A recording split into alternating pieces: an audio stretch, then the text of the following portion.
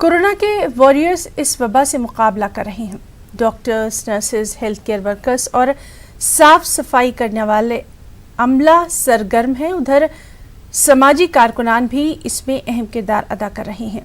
जनाजे की आखिरी रस्मात को लेकर पहले जिस तरह लोगों में मज़ाहमत देखी जा रही थी, अब इस शिद्दत में कमी देखी जा रही है।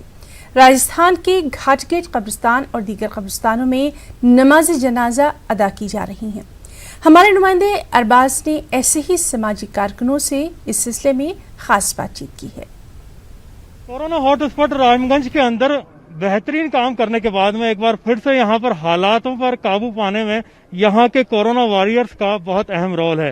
खास तौर पर वो सच्चे सिपाही जो कि घर घर जाकर के लोगों से अपील कर रहे थे और उन्हें बाहर ला करके टेस्ट कराने, क्वारंटाइन में जाने और जांच करा करके तमाम लोगों को सुरक्षित करने के लिए मेहनत कर रहे थे। ये वही लोग हैं जो कि कोरोना से मौत हो जाने के बावजूद बाकायदा उन तमाम लोगों का अंतिम संस्कार कहें या फिर हम कहें कि नमाज जनाजा की बात कहें, वो पूरी रसूमात कराते थे। बहुत रिस्की काम था।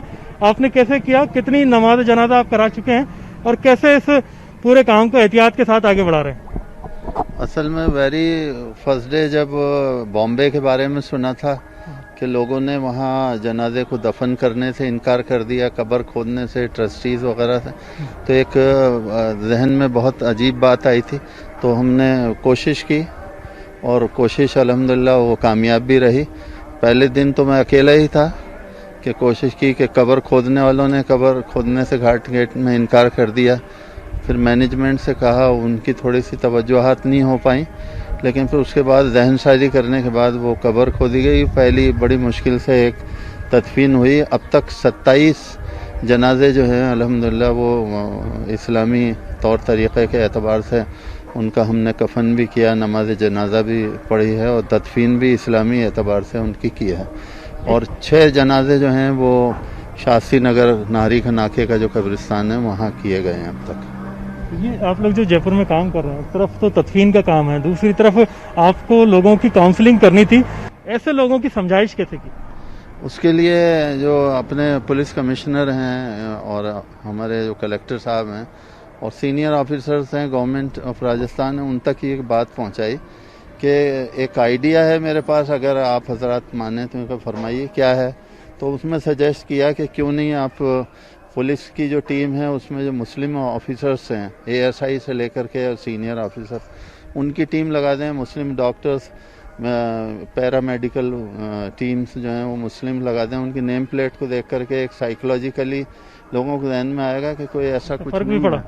उसका बहुत कुछ फर्क पड़ा। फिर कितना मुश्किल था ये काम, क्योंकि घनत्व बहुत ज्यादा है कि घर में 80-80 लोग आपने निकाले। जी, जैसा कि अभी शाह साहब ने फरमाया कि कमिश्नर साहब के यहाँ पे बैठ करके ये तय हुआ कि मुस्लिम समाज के लोगों को इधर भेज दिया जाए, तो उसका एक बहुत बड़ा असर पड़ा।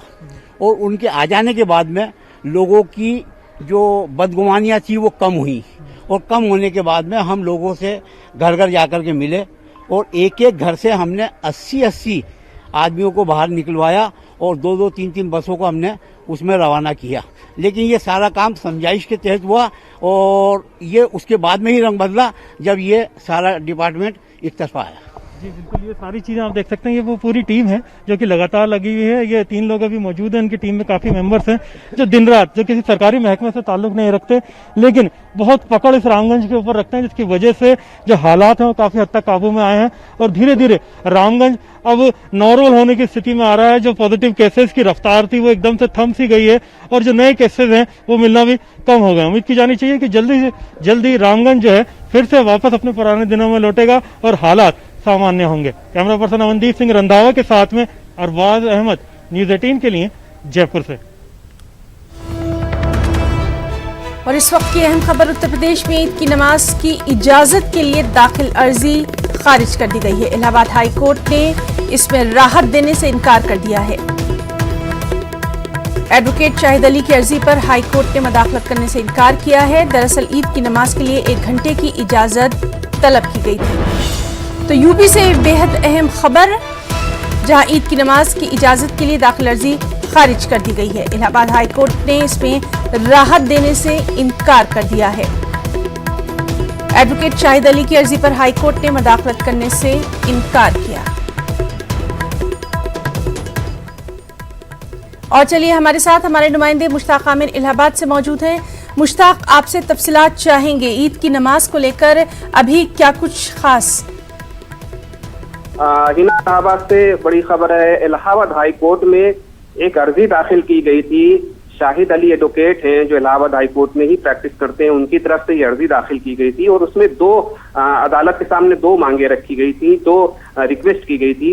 एक ये कि ईद की नमाज के लिए पूरी रियासत में ईदगाहों और मसाजिद में 1 घंटे की इजाजत दी जाए। यानी यूपी में जो ईदगाहें हैं और मसाजिद हैं तो ईद की नमाज के लिए 1 घंटे की इजाजत दी जाए ताकि लोग ईद की नमाज पढ़ लें। दूसरी प्रेयर ये थी कि जून के महीने तक जुमे की नमाज के लिए यूपी की जितनी मसाजिद हैं उनमें जुमे की नमाज के लिए 1 घंटे की मोहलत दी जाए मस्जिदें खोलने की। तो अदालत ने ये दोनों जो पिटीशन थी उन दोनों अर्जियों को खारिज कर दिया, ये कह के कि इस तरह की इजाजत हाई कोर्ट नहीं दे सकता है और जो दरखास्त कुनिंदगान हैं वो यूपी हुकूमत से वो परसू करें, उनसे मशवरा करें। तो इसमें इलाहाबाद हाई कोर्ट ने किसी भी तरह से मुदाखलत करने से इनकार कर दिया और ये अर्जी खारिज कर दी कि ईद की नमाज के लिए 1 घंटे की मोहलत दी जाए मसाजिद में और ईदगाहों में। तो अब ये मामला यूपी गवर्नमेंट के सामने ले जाने की बात कही जा रही है कि गवर्नमेंट के सामने ले जाकर के, हुकूमत के सामने ले जाकर के ये दरखास्त की जाएगी, क्योंकि हाई कोर्ट ने ये कहा कि ये मामला आप सरकार के सामने उठाइए, गवर्नमेंट के सामने उठाइए, क्योंकि इस तरह के जो इंतजामात होते हैं ईद की नमाजों के या और दूसरे मजहबी तकरीबात के जो इंतजाम होते हैं उसका ताल्लुक स्टेट गवर्नमेंट से होता है।